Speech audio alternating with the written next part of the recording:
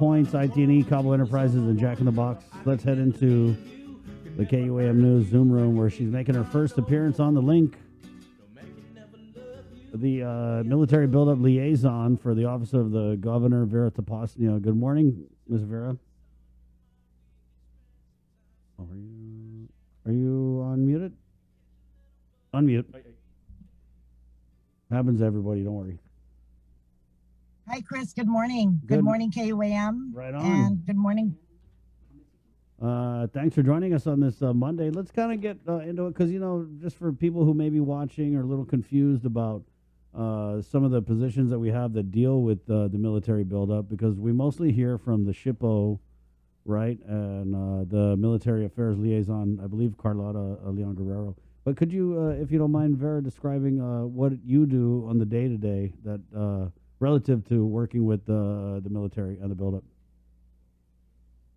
So our office, as you probably know, has changed its name to the Community Defense Liaison Office, and we built a host of community related to DoD growth, and so everything from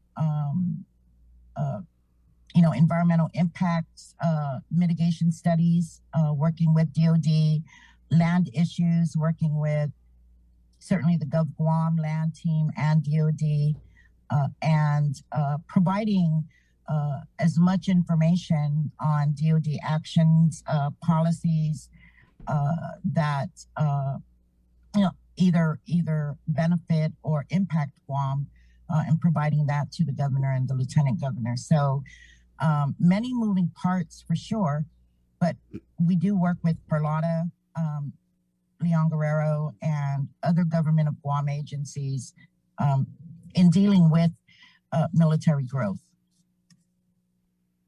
Right. So how would you characterize the nature of your relationship with some of these the so-called military partners that you work with?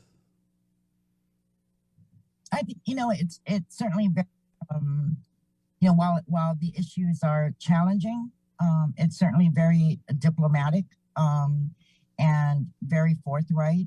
We have many concerns that we voice to the DoD, and we try to work through those issues. Some of them we are stalemated, and we just go back to the table, Gov Guam and our team, certainly in discussions and consultation with the governor and the lieutenant governor, to come up with strategies that benefit the greater good and benefit the community. But I would say, to your question, I think the relationship certainly is a respectful one, but a very honest relationship. Can you give us an example of an issue that maybe you might have stalemated on that required further discussion, and maybe share with us any progress that may have been made or not made? I would probably say that obviously the land issue, right, has been an ongoing challenge for both the government of Guam and DoD, and there's the net negative initiative that's part of the One Guam, the 4 pillars. And so we have some very open and frank discussions about excess land, and we continue to discuss those issues. And the governor has been pretty transparent and honest about land issues, and it's something that we're working through with Department of Defense for some of these properties, and so that is a work in progress, and I think that that's something that's certainly a discussion that's been had over the course of many years, and we continue that dialogue and continue to discuss that, and every now and then we go back to the table and look at what the government of Guam, what their needs are in terms of land use. So certainly a very sensitive, dynamic topic for the island of Guam, and that's an example of some of the probably Mm. more time consuming and more strategic discussions that are being had. What can you tell us about this mysterious uh, burial ceremony? Because we really have not been able to pierce the veil on this. We didn't get much out of Carlotta Leon Guerrero when we had her on, and we haven't been able to ask the governor about it. But um, everybody says, and I think it's been documented, um, that there was a burial ceremony for ancient remains, ancient Chamorro remains found up at the firing range site or the Marine base, one of those. But basically, they had this whole reburial ceremony, and there's just no record of it, no pictures. The public wasn't allowed to attend. So something big like that, right, where it would kind of just behoove the transparency of the whole build-up process, especially relative to like a lot of the discoveries that are going on up there at the firing range and the Marine base. Was there any discussion at all to kind of um, make this ceremony at least streamed or show pictures of it, or is this one of those things where you're stalemated and just not able to make progress? I wouldn't say that we were stalemated, but I do have to say that that was led by the SHPO office as the regulatory agency that handles those types of buildup issues. Um, and so, in terms of uh, the burial ceremony itself and the planning for that, I really would have to defer to the Mm. SHPO to respond to that because again they are the lead agency handling uh, those types of issues and so that's really all I can say about that particular um, What was your opinion of it though, and your just your opinion as someone who's not the SHPO's office? Do you feel that that's something that should have been shared with the public?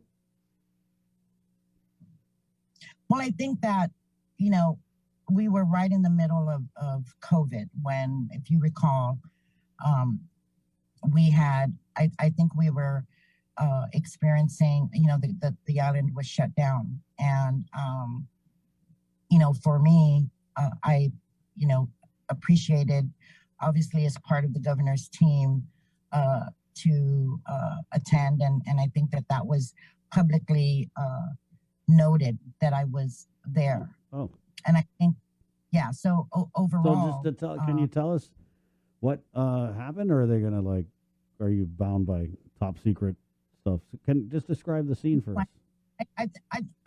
well, I know that Carlotta, the acting ship at the time, had responded to that, and certainly for me, it was a first, and to attend something like that, and I appreciated that they allowed for our local um, type of burial ceremony to occur, and I think that that was overall for me, it was uh, something very meaningful and impactful. But again, in terms of the planning for that, I would have to defer to the SHPO. Right. So what was it? I mean, what's the deal, Vera? Just be honest. I mean, if you can, are they just not have any pictures of it because you can't take pictures up there because it's like a secure area or whatever? No, I honestly do not know if there were pictures. Again, and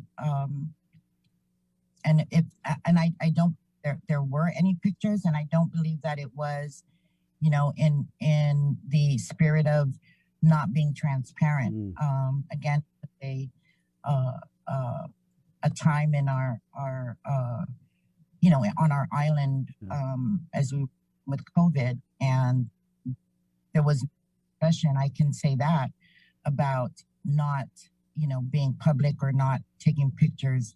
Um, I think overall that the probably most critical and important thing was to provide the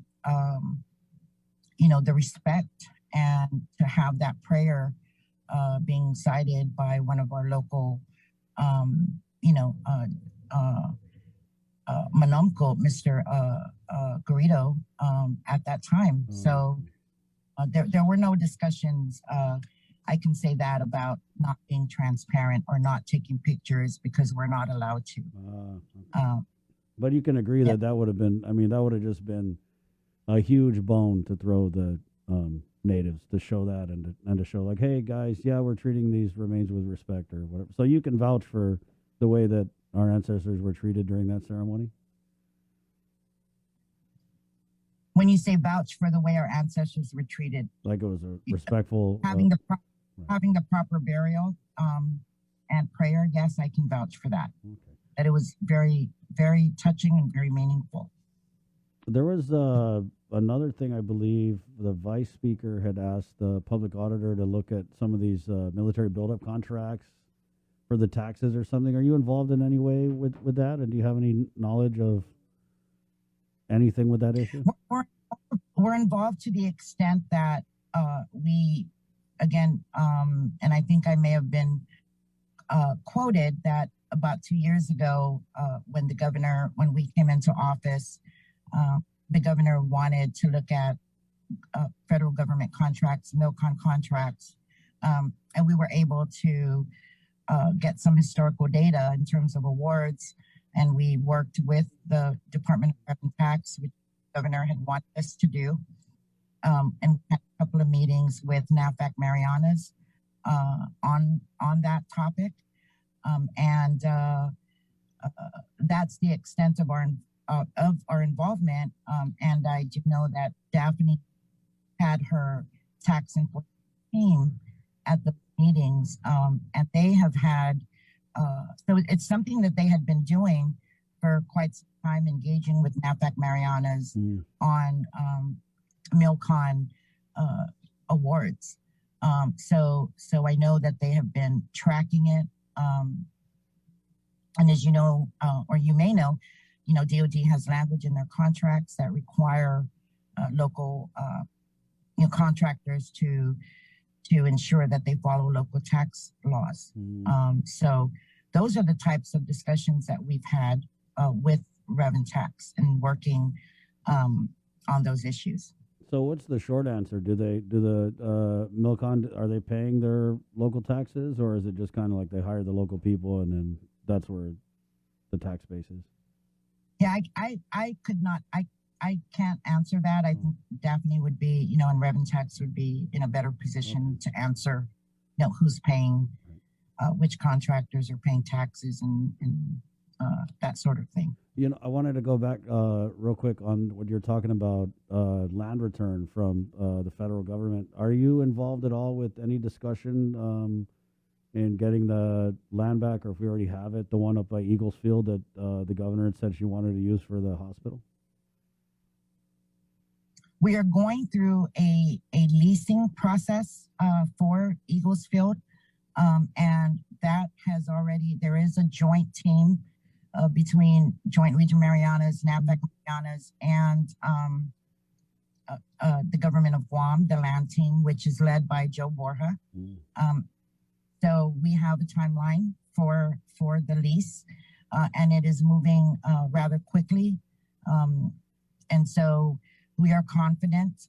We have spoken to the Navy on many occasions and continue to dialogue with them on that timeline and keeping the timeline for the lease of the Eagle Field property for the new medical complex. So it kind of sounds like that's where the new hospital is going to be, end of story. No, I wouldn't say end of story. I think Melanie Mendiola probably believe she spoke to that in terms of looking at, an assessment that is the preferred site because of the size of the property and the location.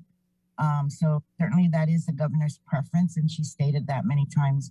But the task force, the medical complex task force, is still working the site assessments, and the Eagle Field process is also going on concurrently, surveying and looking at utilities. Right. So that's happening concurrently with everything else that the task force is doing right now for the new hospital. There was, I don't know if it was Speaker Terlahi or, but there was an issue that was raised regarding this property relative to original landowners who may have held it before the military took it. Is that part of anything moving forward? Have you guys determined if there are original landowners involved with this land? Well, well, that is more a Department of Land Management uh, responsibility with the ancestral lands department. So, or commission. So they're working on that. I'm not involved in those discussions in terms of original landowners. Um, my role again is to liaison with DoD on the lease, right, and that process. But anything else in terms of original ownership, that is a discussion that land management leads But with ancestral. do you know offhand if there are original landowners? I mean, I'm assuming there are, right? Had to come from somewhere.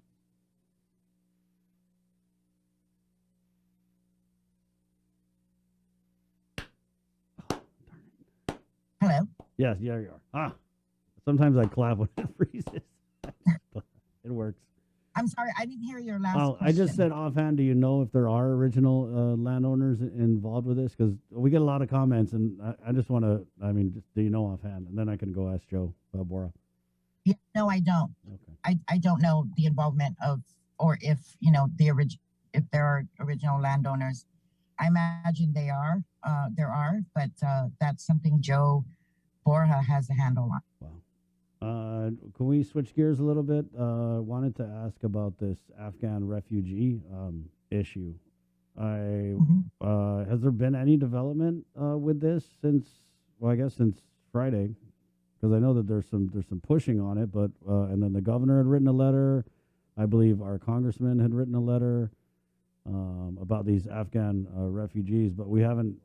I mean, at least I don't know. Have we heard anything official yet? No, we have not. And the governor has spoken and is working closely with Department of Defense on the issue. And she has been notified that if and when a decision is made, that she will be the first one notified. So um, that's pretty much where we are today. There is no official word. What are you hearing though? Because it kind of seems like there's some. I just think the whole thing is weird. Like, who asked us? Who asked us if we want these Afghan refugees? You got all these people like, we'll take them, we'll take them. But there just has been nothing on paper or, I don't know, whispers. Are you hearing any whispers about it? No, except obviously what you're saying, it's been in the public domain. And again, officially, there is no word. What we are doing, the governor and the lieutenant governor is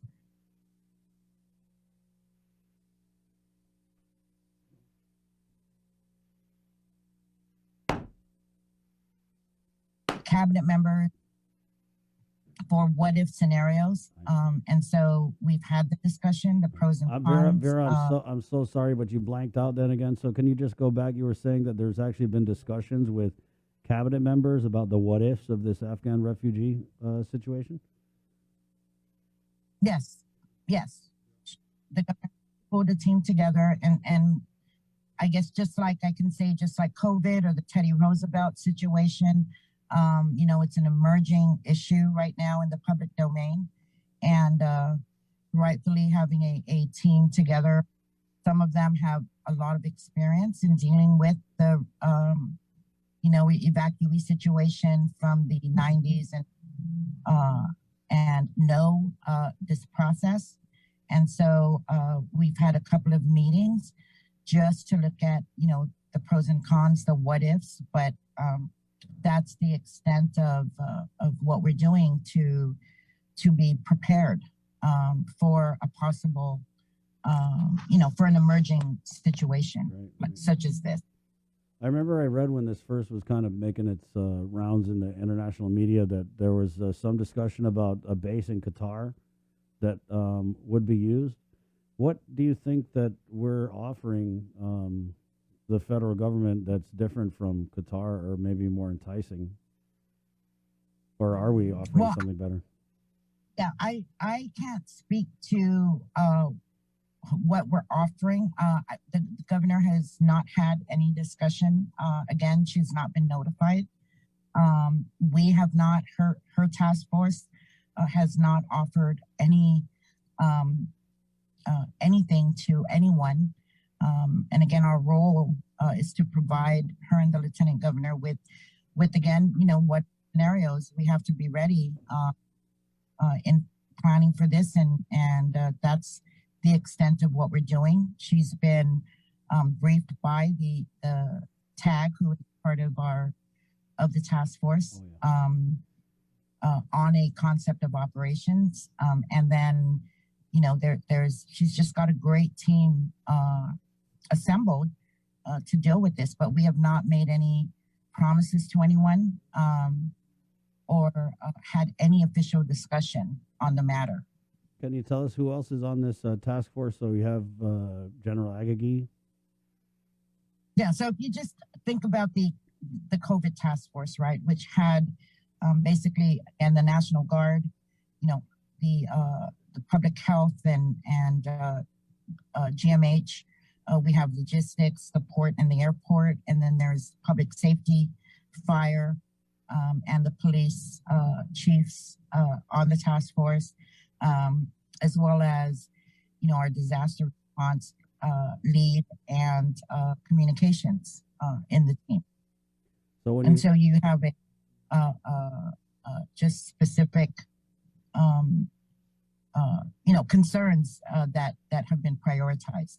And it's the same team that has dealt with COVID and Teddy Roosevelt situation, and and previous experience in dealing with these types of emerging issues.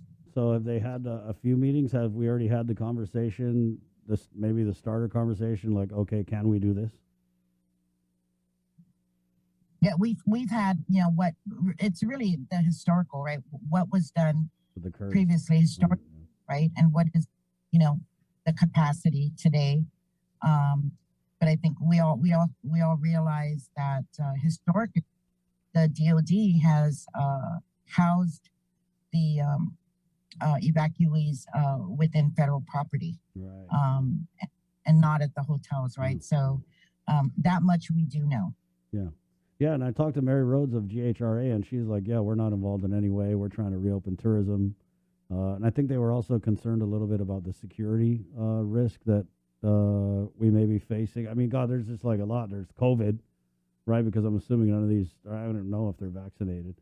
And then there's also Mhm. the security risk where people talk about, double agents or whatever sneaking in with the rest. So that's a pretty crazy issue. But Vera, do you have any idea about a timeline when we're going to go from this task force, which has met a couple times and has kind of, been tasked to handle the what ifs of it, to something on paper, official?